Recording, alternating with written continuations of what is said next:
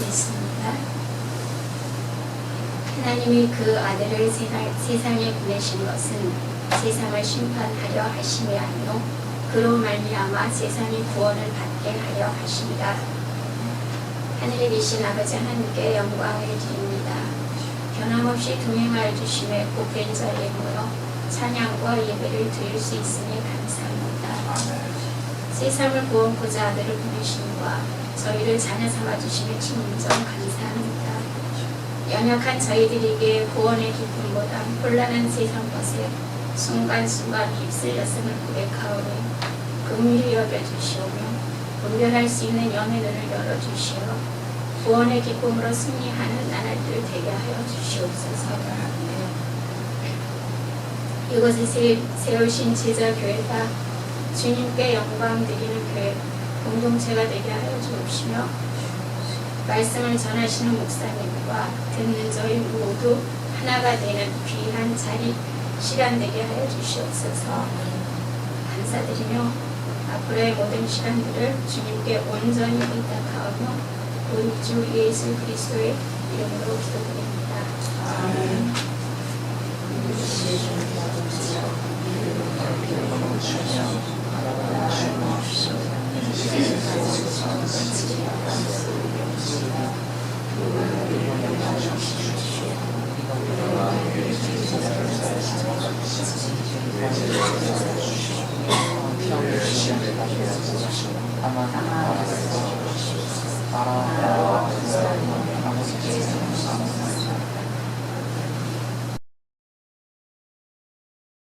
오늘 하나님의 말씀은 마태복음 3장 1절부터 12절까지 말씀입니다. 그 무렵에 세례자 요한이 나타나서 유대 광야에서 선포하여 말하기를 회개하여라 하나님 나라가 가까이 왔다.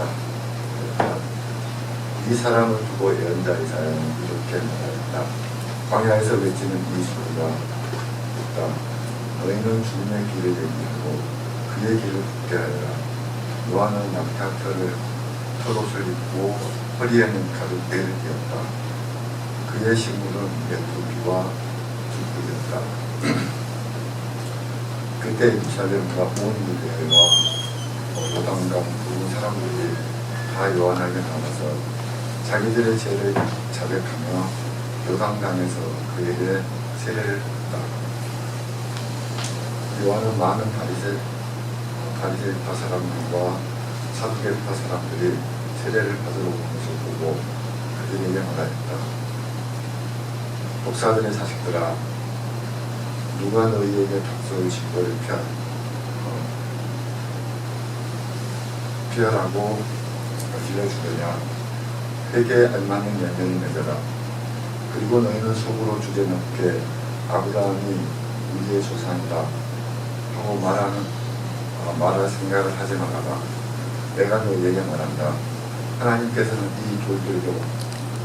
돌들로도 아브라함의 자손을 만드실 수 있다. 도끼를 이미 나무 뿌리에 갖다 놓았으니 좋은 열매를 맺지 않는 나무는 다 찍어서 물 속에 던질 것이다.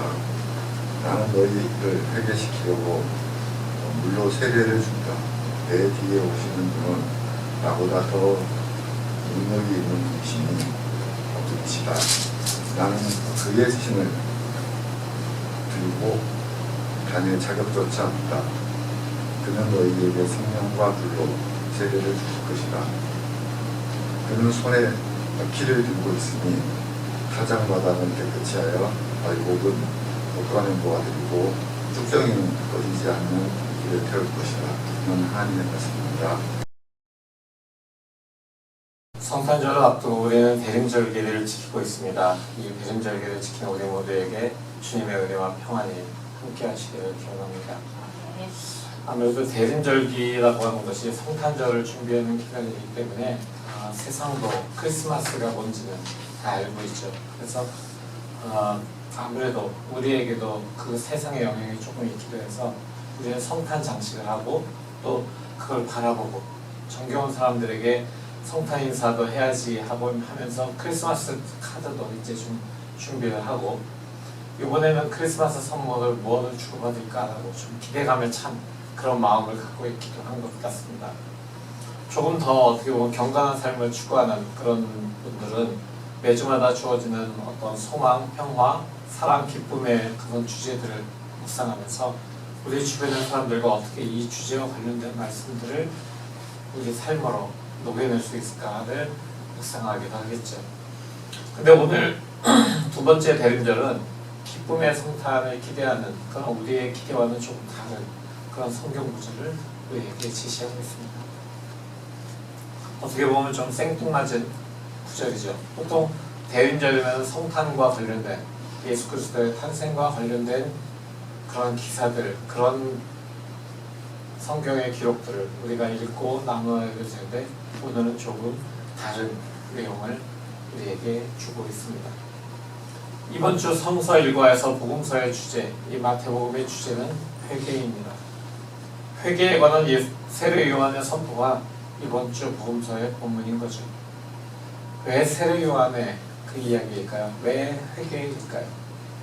우리가 이 성탄을 앞두고 왜 회개에 대한 또 광야에서의 그 외침에 대한 이야기를 나눠야 되는 것일까요?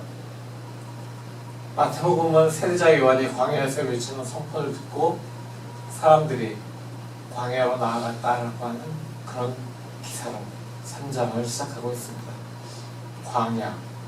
광야가 성탄절을 준비하는 대림절기와 연관이 도대체 무엇이기에 이렇게 우리에게 다가오는 것일까요?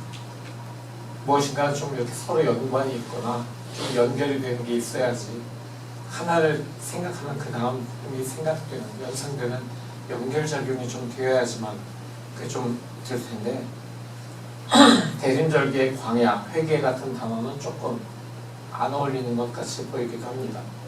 더군다나 세례 요한은 자신의 외침을 듣고 광야에 모여든 사람들 중에서 다리스파 사람들과 사두개파 사람들에게 이렇게 얘기하죠. 독사의 자식들아, 누가 너희에게 닥쳐올 친 것을 피하라고 일러주다며 회개에 알맞은 열매를 맺으라. 어떻게 보면 굉장한 독설입니다. 대림절기에 광야에서 선포하는 이 세례 요한의 이 선포, 이걸 통해서 우리는 어떤 대림절기와 연관된 그 연관성을 깨달을 수 있을까요? 근데 성경에서 우리에게 어떤 선포가 주어질 때 그 선포가 주어지는 시기와 장소 이런 것들은 굉장히 중요한 그런 의미를 가지고 있습니다. 우리가 주목해야 되는 곳, 그래서 세례 요한이 있는 곳, 하나님의 말씀, 그리고 세례를 받기 위해 나가는 곳, 그리고 무엇보다도 회개를 위한 장소, 이런 것들이 지금 광야라고 본문은 이야기하고 있습니다. 광야라고 하는 것은 무엇일까요? 광야는 우리가 그냥 알고 있는 그냥 켄터키의 벌판과는 굉장히 다릅니다. 이스라엘의 광야는 그냥 저기 네바다 쪽을 혹시 가보신 분들은 좀 아시겠지만은 그냥 들과 돌 그거밖에 없습니다. 풀 한 폭이 자라지 않는 그런 아주 척박한 땅이죠. 그리고 굉장히 뜨거운 햇볕이 내려쬐는 곳입니다. 위험한 동물과 식물과 곤충들이 많이 있는 곳입니다. 바로 그 광야는 우리에게는 약함, 우리의 위기, 우리의 무력함 이런 것들을 상징하는 그런 곳입니다. 광야에서 우리는 안전을 보장받을 수 없는 그런 상태입니다. 광야의 자연, 그것은 혹독한 환경을 우리에게 제공합니다. 낮에 내리쬐는 뜨거운 태양빛도 그렇고 밤에 굉장히 낮은 온도로 내려가는 그런 추운 밤의 날씨도 그렇습니다. 폭풍이 불거나 또는 비가 와서 갑자기 마른 땅으로 큰 물이 흘러갈 때에도 굉장히 위험한 그런 상황을 맞게 됩니다. 예측도 불가능하고 어떤 계획도 세울 수가 없는 곳입니다. 말 그대로의 광야에서의 삶은 날 것 그대로의 삶이 될 수밖에 없습니다. 그렇기 때문에 우리에게 광야라고 하는 그런 자리는 그냥 기다리는 것 외에는 어떤 대책도 의미가 없는 그런 곳입니다. 그런데 그와 반면에 그리스도인들에게 광야라고 하면 조금 다른 의미가 더 있기도 합니다. 광야라고 하는 것은 하나님의 손길을 기다리는 곳, 하나님께서 우리를 위해서 일하시는 것을 기다려야만 하는 바로 그런 곳입니다. 하나님의 손길에 전적으로 의지하는 그런 장소이기도 합니다. 그런데 마태복음에서 강해는 지금 하나님에 대한 우리의 필요를 나타내는 곳임과 동시에 우리를 회개하도록 부르시는 그런 장소이기도 합니다. 회개하여라, 하늘나라가 가까이 왔다. 세례 요한은 그를 찾아서 광야로 나온 사람들에게 이렇게 외칩니다. 우리는 복음서의 모든 기록들을 보면서 사람들이 세례 요한의 선포에 대해서 관심을 가지고 있었다. 그리고 세례 요한의 선포를 듣기 위해서 세례 요한의 선포에 반응해서 광야로 나갔다라고 하는 것을 볼 수 있습니다. 이는 사람들이 그들이 익숙하게 살고 있던 곳, 그들이 그냥 편하게 살고 있던 곳을 떠나서 세례 요한의 선포를 듣고 낯선 길을 향해 걸어가기 시작했다라고 하는 것을 의미합니다. 광야가 무엇인가? 광야의 무엇인가가 사람들을 나오게 하는 것입니다. 21세기를 살아가는 우리 그리스도인들에게도 광야라고 하는 곳으로 나가는 것은 굉장히 어려운 그런 일일 것 같습니다. 또한 지금 세례 요한이 이야기하고 있는 죄와 회개 이런 이야기들은 우리들에게 어떻게 보면 좀 피하고 싶은 단어인지도 모릅니다. 특히 이런 대림절기에 말입니다. 많은 설교자들이 대림절기에 죄나 회개에 대한 설교를 하지 않습니다.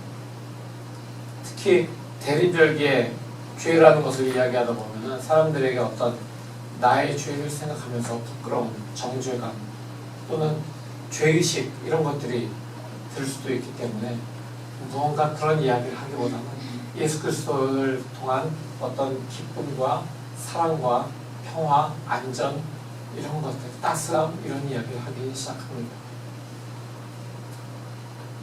요즘처럼 정의가 사라지고 없던 죄도 쉽게 조작되는 그런 세상을 살다 보면은 죄라는 단어에 대한 불신이 함께하기 때문에 더욱더 죄라는 이야기를 요즘에는 하기가 힘들어지는 것 같습니다.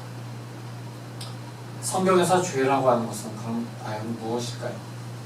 우리는 죄라고 하는 것을 그냥 하나님의 법을 어기는 것이라고 쉽게 생각을 합니다. 하나님의 말씀을 어기는 것, 하나님의 뜻에 어긋나게 사는 것 이렇게 생각할 수 있죠. 원어가 가진 뜻, 그 하마티아라는 그 말 뜻대로 화살이 관역을 빗나간 것, 그것을 죄라고 이야기하기도 합니다. 근데 그런 정의가 잘못된 것일까요? 잘못된 건 아니지만 무언가 조금 부족한 면은 있는 것 같습니다. 죄라고 하는 것은 그 핵심에서 온전한 인간이 되는 것을 거부하는 것, 그것이 죄인 것입니다.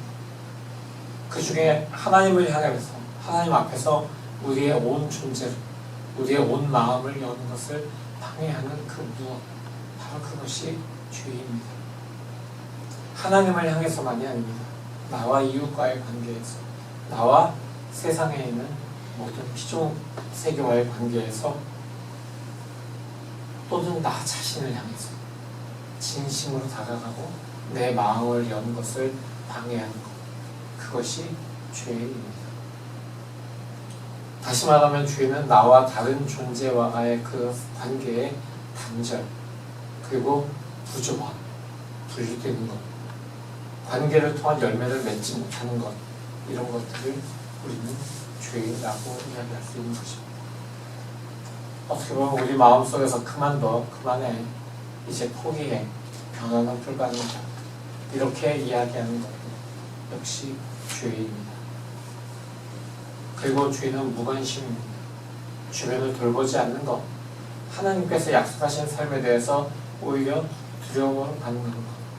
아까 부른 찬송 가사에서도 예수께서 우리를 부르시는데 의심을 하면서 다가가지 못하는 것, 하나님의 창조를 멈추게 하는 것, 하나님 앞에서, 하나님 안에서 우리가 부요한 사람이기를 거부하고 우리가 가지고 있는 것을 흘려보내지 못하는 것, 이런 것들이 죄입니다.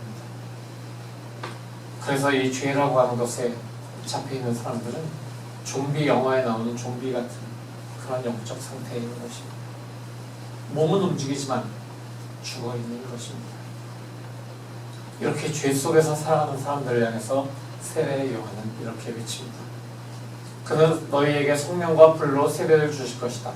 그는 손에 키를 들고 있으니 타작마당을 깨끗이 하여 알곡은 곳간에 모아들이고 쭉중에는 꺼지지 않는 불에 태우실 것이다.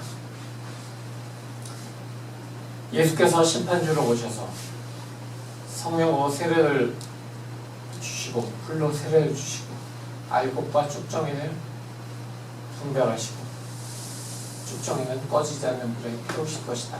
이 말을 듣고 우리는 무언가 지금 반응해야 되겠다라고 생각하게 됩니다. 아마 1세기의 세례 요한의 외침을 들은 사람들의 마음에도 똑같은 그런 마음이 들었을 겁니다. 지금은 우리가 무언가 행동해야 될 때다. 가만히 있을 때가 아니다. 만일 우리가 우물쭈물 한다면 우리는 예수 그리스도의 심판의 의미를 잘못 이해하고 있는 것이 분명합니다. 주님의 심판에 있는 그대로를 정확하게 꿰뚫어보고 있는 것을 의미합니다. 우리 주님은 아주 예리하고 날카로운 지각으로 영적인 분별을 하는 분이십니다. 세례 요한이 말하고 있는 지금 그 메시아께서 오시면은 그분은 우리 마음 깊은 곳까지 보고 계신 분이고 우리 안에 축정에도 감추어져 있는 그런 열매들을 좀 분별하시면서 조심성 있고 참을성 있게 사랑의 낯을 휘두르는 그런 분이십니다. 이런 주님께 우리 삶의 모든 부분을 다 두려움 없이 내어드릴 때 그때 주님께서는 우리를 모든 죄에서 깨끗하게 하실 것입니다. 오늘 본문에서 세례 요한은 우리 삶 속에 있는 쭉정이와 알곡을 분류하는 것을 넘어서 세상에 만연한 그런 불평등과 억압의 굴곡을 없애고 평탄하게 하시는 주님이 오시고 그리고 일하시는 것 그것이 바로 광야다라고 우리에게 이야기해 주는 것입니다.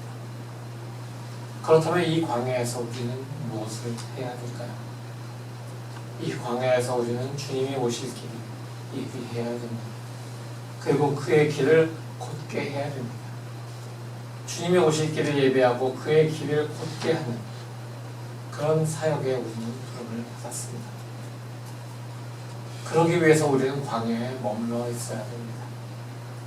그래야만 우리가 모든 특권을 볼 수 있고 우리가 모든 가지고 있는 특권들을 내려놓은 상태에서 주님이 하시는 일을 바라볼 수 있습니다. 높은 곳에 있는 사람들은 자신이 서 있는 곳이 평평해지기를 원하지 않습니다. 내가 다른 사람들보다 좀 높은 곳에 있어야지만 모든 것을 내려다보면서 내 통제 아래 둘 수 있을 것 같습니다. 그렇기 때문에 그곳이 평평해지는 것을 낮아지는 것을 원하지 않습니다. 낮은 곳에 있는 사람들은 자기가 낮은 곳에 있기 때문에 지금 자기의 시점보다 높은 곳에서 어떤 일이 일어나고 있는지 전혀 볼 수가 없습니다. 그저 자기 자신에게만 집중할 뿐이죠.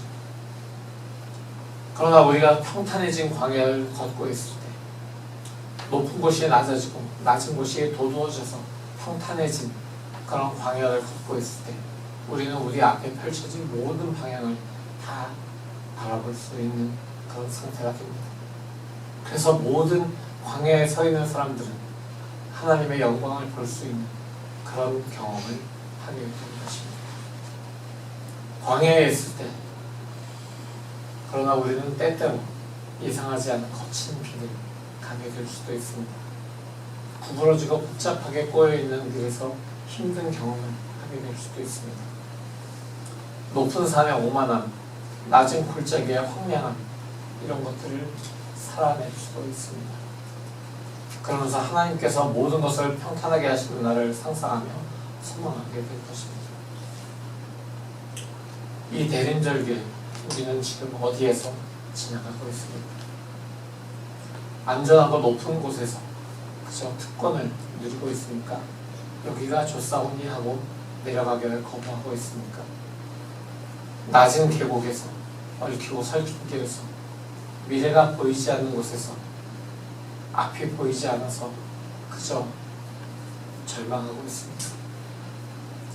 광야로 나아가십시오. 우리의 모든 삶의 죄를 주님 앞으로 들고 나가서 광야에서 주님께 내려놓고 그 모든 죄를 주님의 보혈로 씻어주시기를 기대하며 광야로 나가십시오. 주님께서 성령과 불로 우리에게 세례를 주시는 것처럼 우리에게 있는 모든 죄를 주님의 성령과 불로 소멸하여 주실 것입니다.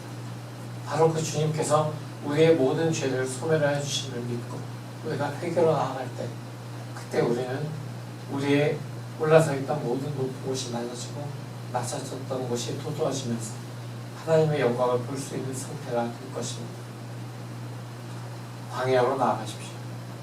하나님의 말씀을 듣기 위해서 하나님의 영광을 보기 위해서 모든 것을 내려놓고 새로운 곳, 낯선 곳, 그 광야로 나가십시오. 그리고 기억하십시오. 광야의 길에서 우리가 해야 될 일은 주님의 길을 예비하는 것, 주님이 오실 길을 걷게 만드는 것입니다. 그것을 통해서 우리가 세상에 예수 그리스도의 이 세상에 오심을 선포하는 그런 사람들이 되어야 됩니다. 바로 그것이 우리가 광야에서 외치는 사람들로 살아가야 되는 이유입니다. 기억하십시오. 광야 길은 회개로 시작이 됩니다. 우리가 서 있는 높은 곳을 낮추고 낮은 것을 돋으시는 하나님을 만나기 위해서 회개로 나아가야 되는 것입니다. 세례 요한이 광야에서 외치기 시작했을 때 사람들은 영적인 배고픔을 해결하기 위해서 광야로 나갔습니다. 광야로 나가십시오. 우리도 그곳에 동참해야 되는 것입니다. 세례 요한처럼 우리도 광야에서 주님의 길을 준비하고 사람들에게 광야에서 외치는 그런 소리가 되기를 바랍니다. 믿음으로 평화를 이루는 그런 소리가 되기를 바랍니다. 소망을 주시는 하나님께서 믿음에 속는 모든 기쁨과 평화를 우리 모두에게 주셔서 성령의 능력을 차고 넘치기를 기원합니다. 아멘. 오늘 이 말씀을 가지고 우리는 이렇게 기도하기를 원합니다. 주님께서 우리를 보이시는 그 음성을 듣고 주님 우리가 우리의 모든 모습을 그대로 주님께 나아갑니다. 주님께서 우리의 높은 곳을 낮추시고 우리의 낮은 곳을 돋으셔서 우리가 평탄한 광야에서 주님이 오시는 주님의 광야를 경험하고 주님의 그 영광을 바라보는 그런 우리 모두가 되기를 원합니다. 그리고 그것을 선포하는 우리가 되기를 원합니다. 이렇게 기도하겠습니다. 다 같이 기도하겠습니다.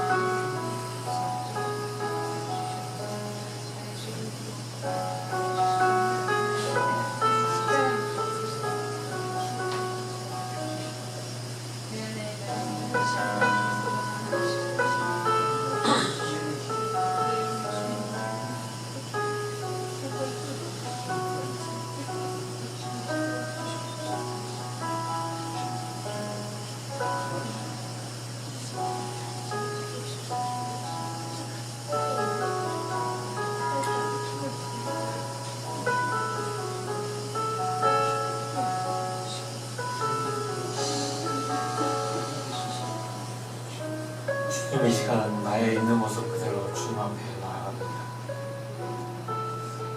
내가 지금 서 있는 곳이 다른 사람들보다 높은 곳은 아닌지, 내가 살아온 삶이 다른 사람들보다 높은 곳으로 향한 높은 곳에 서려고 했던 그런 삶은 아닌지 이 시간 돌아봅니다. 주님, 그러나 우리가 높은 곳을 지향하면서도 나의 삶은 여전히 저 깊고 깊은 골짜기에 있음을 이 시간 고백합니다. 높은 곳에 있는 것 같지만 낮은 곳에 있어서 그 낮은 것을 어떻게든지 모면해버리고 그것을 벗어나기 위해서 오히려 높은 곳을 지향했던 그런 우리의 삶은 아닌지 우리의 욕망에 우리의 죄에 휩쓸린 그런 삶은 아닌지 주님 이 모든 삶을 이 모든 죄를 주님 앞에 회개하며 나아갑니다. 주님 우리를 주님의 성령의 불로 만져주셔 태워주셔서 우리 안에 있는 모든 죄들을 없애주시고 깨끗 정결하게 우리를 만들어 주시옵소서. 주님께서 우리를 정결하게 만들어 주시는 바로 그곳에서 우리가 주님의 영광을 보고 주님의 오실 길을 예비하는 사람들로 살아갈 수 있도록 주님 우리를 부르셨으니 이제 우리가 주님과 함께 주님이 주신 그 은혜를 가지고 주님의 우리의 죄를 사해 주셨음을 믿으면서 감사로 그 자리에 서 있기를 바랍니다. 감사로 광야길로 나가고 감사로 광야길을 걸어가면서 그 믿음 안에서 오실 주님을 소망으로 바라보는 주님과의 그 평안을 누리며 그 평화의 소식을 세상에도 선포하는 그런 우리 모두가 될 수 있도록 주님 은혜 넣어주시옵소서. 평화의 왕으로 오신 예수 그리스도의 이름으로 간절히 기도합니다.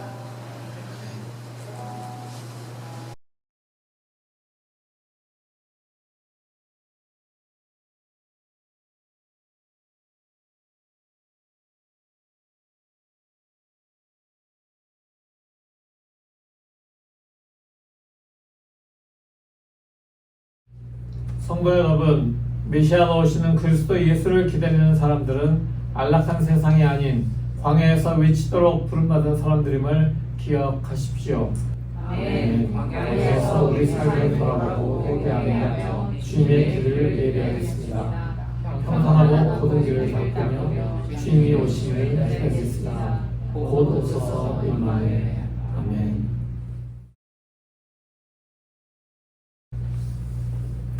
이제도 우리 주 예수 그리스도의 무한하신 은혜와 아버지 하나님의 지극하신 사랑하심과 성령님의 내주하시고 역사하심이 이제 주님의 자녀들로 주님의 성령을 가슴에 품은 사람들로 광야에서 살아가며 주님의 은혜의 해를 선포하는 삶을 살기로 작정하고 세상으로 나아가는 모든 주님의 자녀들 모두에게 그들의 가정과 그들의 학업 위에 영원토록 함께 하시옵기를 간절히 축원하옵나이다. 아멘.